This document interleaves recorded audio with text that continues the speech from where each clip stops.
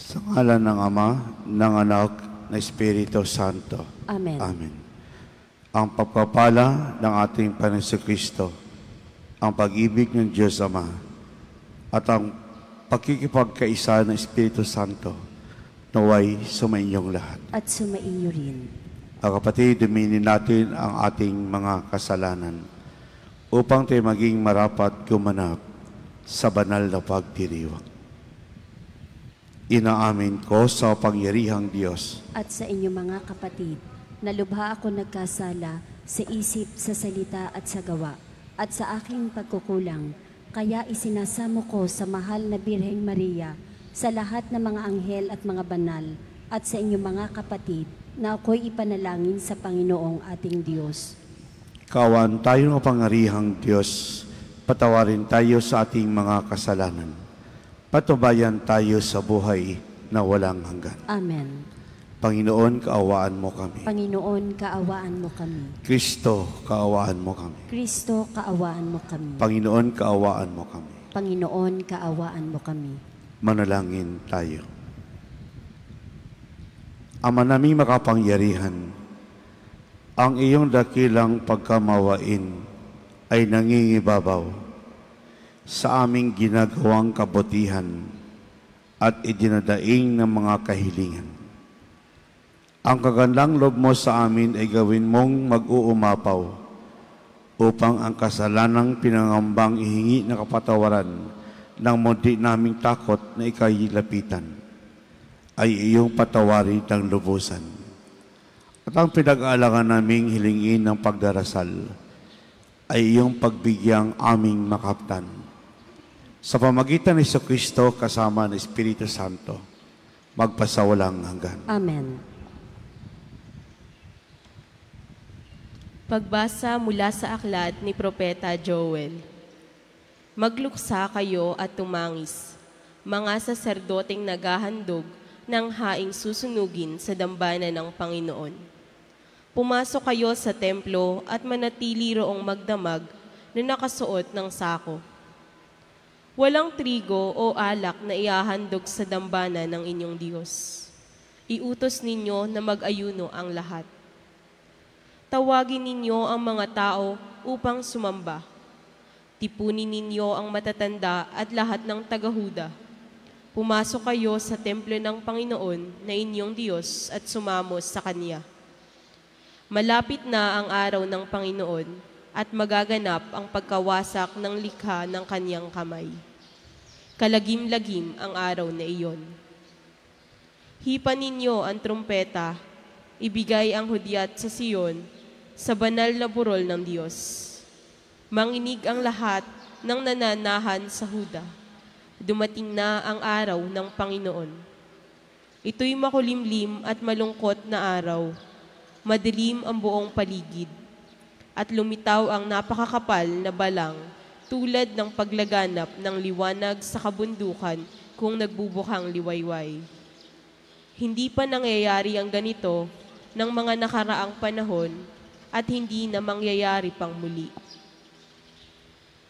Ang salita ng Diyos. Salamat sa Diyos. Salmong tugunan ng ating pong itutugon. Makatarungang paghatol ang igagawad ng poon. Makatarungang paghatol ang igagawad ng poon. O Panginoon ko, buong puso kitang pasasalamatan. Ang kahangahangang ginawa mo, poon aking isasaysay. Dahilan sa iyo, ako'y aawit na may kagalakan. Pupurihin kita, Panginoon naming kataas-taasan. Makatarungang paghatol ang igagawad ng poon. Iyong hinatulan yaong mga hintil at mga balakyot. Alaala nila sa balat ng lupay, pinawi mong lubos. Itong mga hintil, nahulog sa hukay na ginawa nila. Sa kanilang bitag na umang sa akin, ang nahuli sila. Makatarungang paghatol ang igagawad ng poon. Dapat kilalaning haring walang hanggan itong Panginoon. Kanyang itinatag yung kanyang trono upang doon humatol. Ang pamamahala niya sa daigdig, pawang naaayon. Sa makatarungan niyang pagpapasya, bilang isang hukom. Makatarungang paghatol ang igagawad ng poon.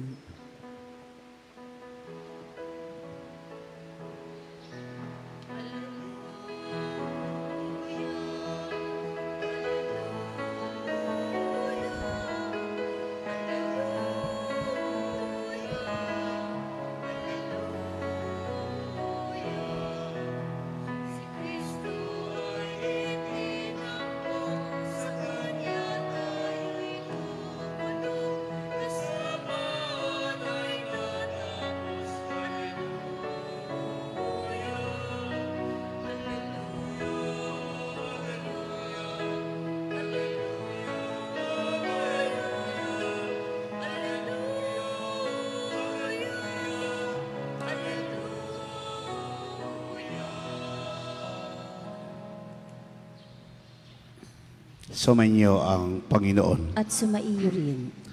Ang mabuting balita ng Panginoon ayon kay San Lucas. Papuri sa iyo, Panginoon.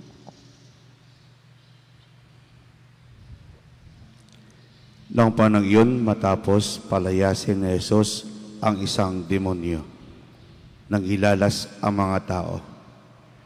Ngunit mailan sa kanila ang nagsabi, si Beelzebul, na prinsipe ng mga demonyo, ang nagbigay sa kanya ng kapangyarihan, pagpalayas ng mga demonyo. May iba namang nais siyang subukin, kaya't nagsabi, magpakita ka ng kababalaghang magpakilala na ang Diyos ang sumasa inyo. Ngunit patid ni Jesus ang kanilang iniisip, kaya't sinabi sa kanila, babagsak ang bawat kariang nahati at magkakalabang pangkat at mawawasak ang mga bahay roon. Kung maghimagsik si Satanas laban sa kanyang sarili, paano manatili ang kanyang kariyan? Sinasabi ninyong nagpapalayas ako ng mga demonyo, sapagkat binigyan ako ni Beelzebul na kapangyarihang ito. Kung ako'y nagpapalayas ng mga demonyo sa pamagitan ni Beelzebul, sino naman ang nagbigay ng kapangyarihan sa inyong mga tagasunod na gumawa ng gayon? Sila na rin ang nagpapatunay sa maling-mali kayo. Ngayon, kung ako'y nagpapalayas ng mga demonyo sa pamagitan ng kapangyarihan ng Diyos, nangangahulugang dumating na sa inyo ang paghahari ng Diyos. Kapag ang isang taong malakas at sa samatahan ay nagbabantay sa kanyang bahay, malayo sa panganib ang kanyang ari-arian. At kung salakayin siya at talunin ng isang taong higit na malakas, sasamsamin nito ang mga sandatang kanyang inaasahan at ipamahagi ang ari-ariang inagaw. Ang hindi panig sa akin ay laban sa akin, at nagkakalat ay hindi tumutulong sa aking mga mag-ipon. Kapag lumabas na mula sa tao ang isang masamang espiritu, ito'y gumagala sa mga tigang na lugar, naghahanap, mapagpapahingaan. Kung walang matagpuan, sasabihin nito sa sarili, babalik ako sa bahay na aking pinanggalingan. Pagbabalik ay matatagpuan niyang malinis ng bahay at maayos. Kaya lalabas siya muli, magsasama na 7 pang espiritong masasama kaysa kanya. At pagpasok sila at maninirahan doon. Kaya't sumasamak kaysa dati ang kalagayan ng taong iyon. Ang mabuting balita ng Panginoon. Pinupuri ka namin, Panginoong Hesukristo.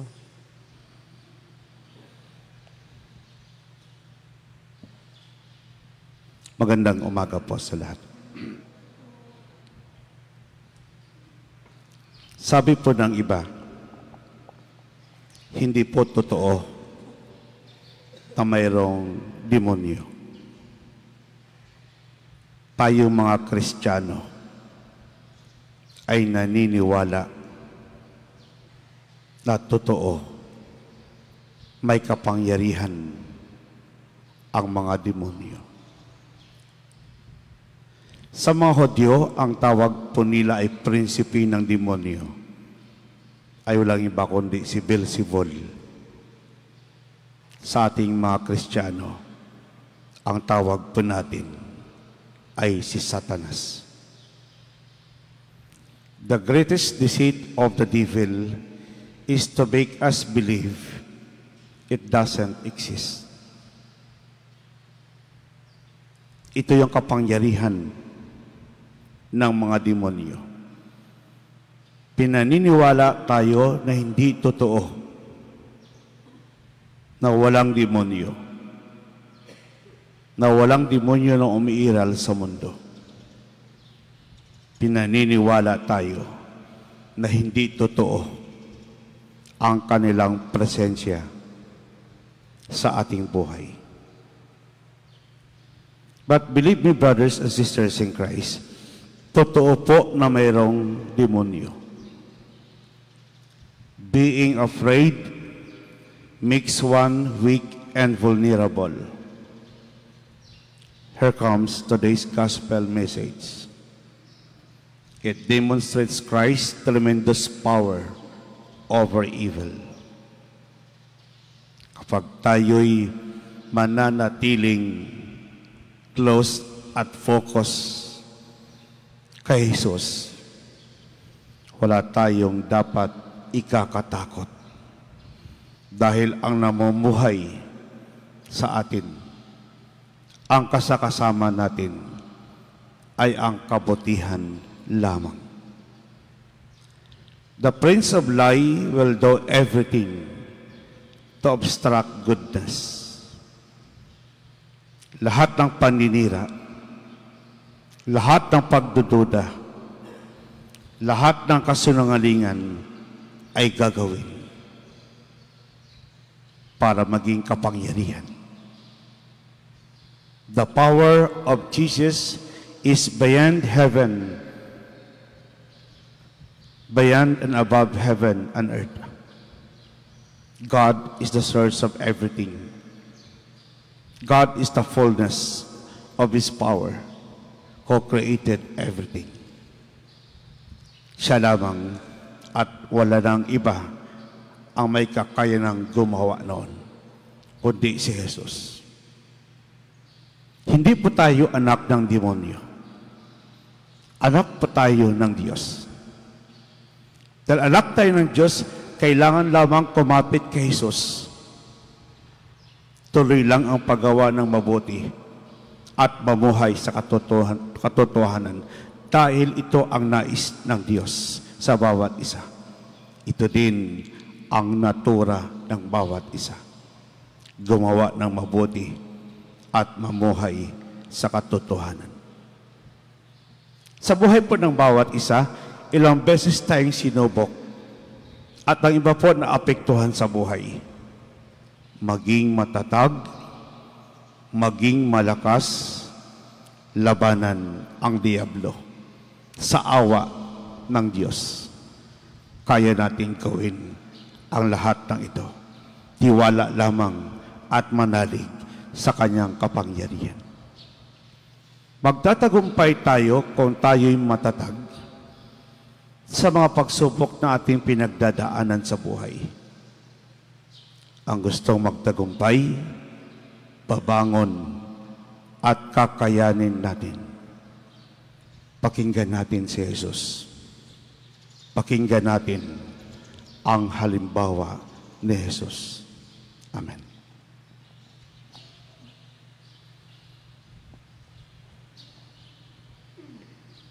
Natitipon kay Kristong lumulupig sa lahat ng kasamaan. Dumapit tayo sa Ama na may pananalig, dala ang ating idinadalangin mithiin. Ang ating pong itutugon. Panginoon, dinggin mo ang aming panalangin. Panginoon, dinggin mo ang aming panalangin.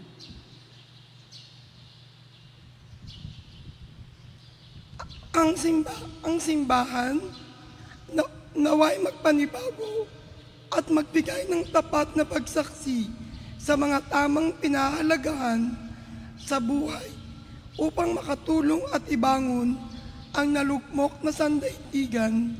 Manalangin tayo sa Panginoon. Panginoon, dinggin mo ang aming panalangin. Ang mga Kristiyanong sumasampalataya naway magkaroon ng tapang na magsalita ng hayagan sa ngalan ni Kristo.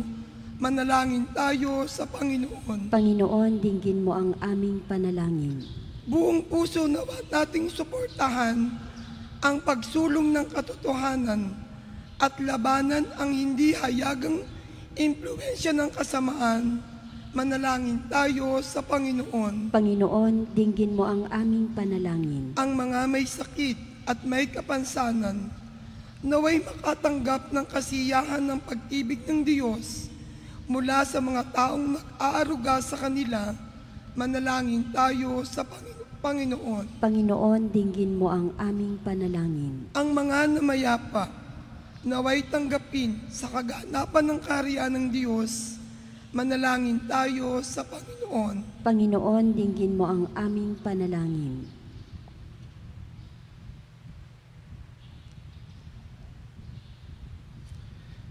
Makapangyarihang Ama, abang tinataas namin ang aming mga panalangin, pinasasalamatan ka namin sa iyong anak na lumupig sa kasalanan at kabatayan.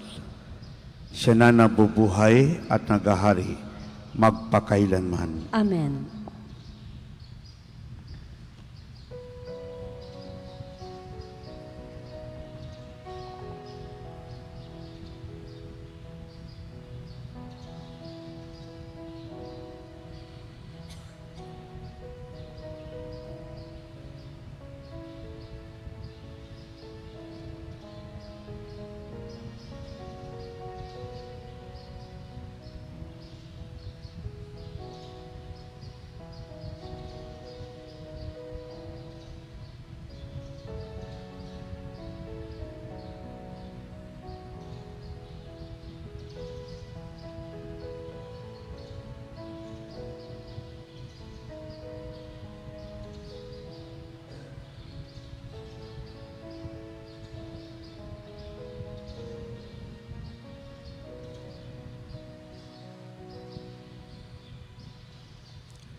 Malay kapatid, upang paghahain natin kalugdan ng Diyos, Amang makapangyarihan. Tanggapin nawa ng Panginoon itong paghahain sa iyong mga kamay, sa kapurihan niya at karangalan, sa ating kapakinabangan at sa buong sambayanan niyang banal. Ama naming lumikha, tanggapin mo ang paghahain ng mga alay na iyong hinahabilin sa pagdiriwang ng dapat naming ganapin. Ang kabadalan ng iyong pagliligtas naway suba sa amin. Sa pamagitan ng Kristo kasama ng Espiritu Santo, magpasawalang hanggan. Amen. Sumainyo ang Panginoon. At sumaiyo rin. Itaas sa Diyos ang iyong puso at diwa. Itinaas na namin sa Panginoon. Pasalamatan natin ang Panginoong ating Diyos. Marapat na siya ay pasalamatan. Ama namin makapangyarihan, tunay marapat ni kay aming pasalamatan. Sa pamagitan ng Kristo na aming Panginoon. Siyang salitang katawan at kapiling, nung lahat ng umiral ay iyong likain. Siya'y sinugo mo para kami sa gipit palayain. Katsa'y kinalingan na mahal na Birhen na naging kanyang inang totoo sa kapangyarihan ng Espiritu Santo. Inako niyang sundin ang loob mo at kamtin ang sambinang banal para sa iyo. Pinagtisang iyon at sa krus ang kanyang mga kamay upang magwakas sa kamatayan, mahayag ang pagkabuhay. Kaya kaisa na mga anghel nagsisiawit ng papuri sa iyo. Nang walang humpay sa kalangitan, kami nagbubunyi sa iyong kadakilaan. Santo, Santo, Santo Panginoong Diyos ng mga hukbo, napupuno ang langit at lupa ng kadakilaan mo. O sana sa kaitaasan, pinagpala ang naparirito sa ngalan ng Panginoon. O sana sa kaitaasan. Ama naming banal, ikaw ang bukal ng tanang kabanalan. Kahit sa pamagitan ng Espiritu kay banal ang kaloob na ito, upang para sa maging katawan at dugo ng aming Panginoong Hesukristo. Bago pinagtisang kusang loob na maging handog, hinawakan niyang tinapay, pinasalamatan kaniya. Pinaghati-hati niyon, inabot sa kanya maalagad at sinabi, tanggapin lahat ito at kanin. Ito ang aking katawan na ihandog para sa inyo.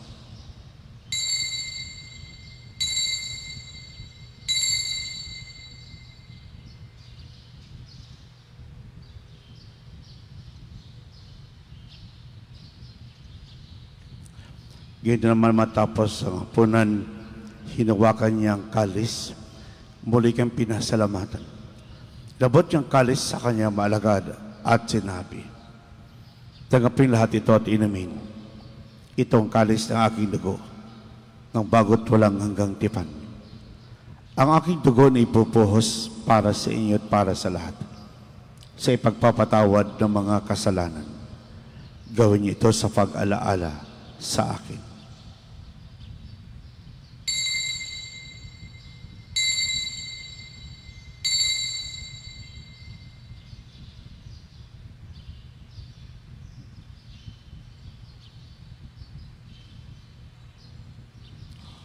Ipagbunyi po natin ang misteryo ng pananampalataya. Si Kristo'y namatay, si Kristo'y nabuhay, si Kristo'y babalik sa wakas ng panahon. Ang mga ginagawa namin ngayon, pag-alala sa pagkamatay at muling pagkabuhay ng iyong anak. Kaya't inaalay namin sa iyo ang tinapay nagbibigay buhay at ang kalis nagkakaloob ng kaligtasan. Kami nagpapasalamat dahil kami iyong minarapat na tumayo sa harap mo para maglingkod sa iyo. Isinasama namin kami magsalo-salo sa katawan at dugo ni Kristo ay mabuklod sa pagkakaisa sa pamagitan ng Espiritu Santo. Ama, lingapin mo si Bahang laganap sa buong daigdig. Puspusin mo kami sa pag-ibig kaisa ni Francisco na Papa, ni Gilbert naming Obispo at ng Tanang Kaparian. Alalahanin mo rin kapatid naming naimlain na may pag-asang sila'y muling mabubuhay. Gayun din lahat ng mga pumanaw. Kawaan mo sila at patuloyin sa iyong kaliwanagan. Kawaan mo dapating kami lahat makasalo sa buhay na walang wakas. Kaysa naman na Birheng Maria, Ina ng Diyos. Kaysa na mga apostol at lahat na mga banal na namuhay dito sa daigdig ng kalugod-lugod sa iyo. May pagdiwang nawa namin ang pagpupuri sa ikararangal mo sa pamagitan ng iyong anak na aming Panginoong Hesukristo. Sa pamagitan ni Kristo, kasama niya at sa Kanya, lahat ng parangal at papuri sa iyo. Diyos ang makapangyarihan, kasama ng Espiritu Santo, magpasawalang hanggan.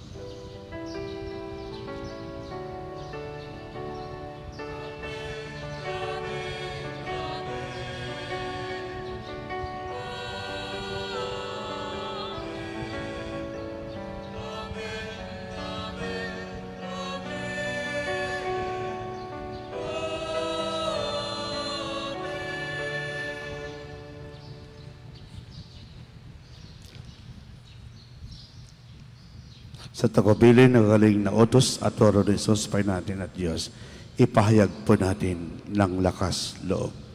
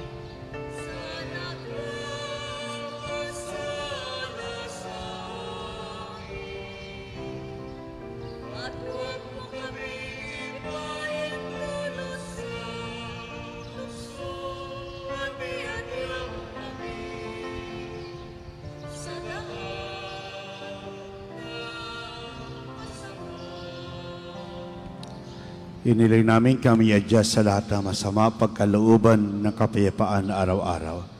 Iligtas sa kasalanan, ilayo sa lahat ng kapahamakan.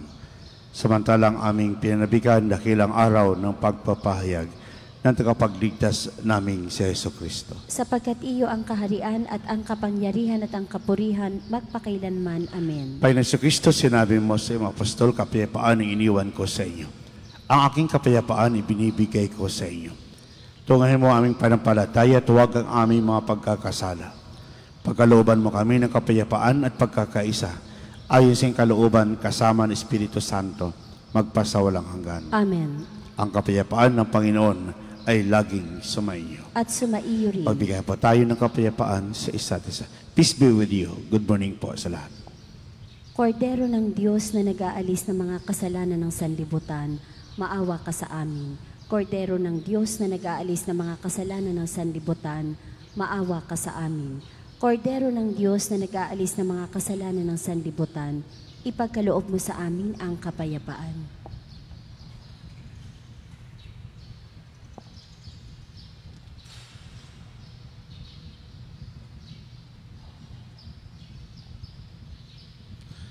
Mga kapatid, ito ang kordero ng Diyos, ito nag-aalis ng mga kasalanan na sa libutan.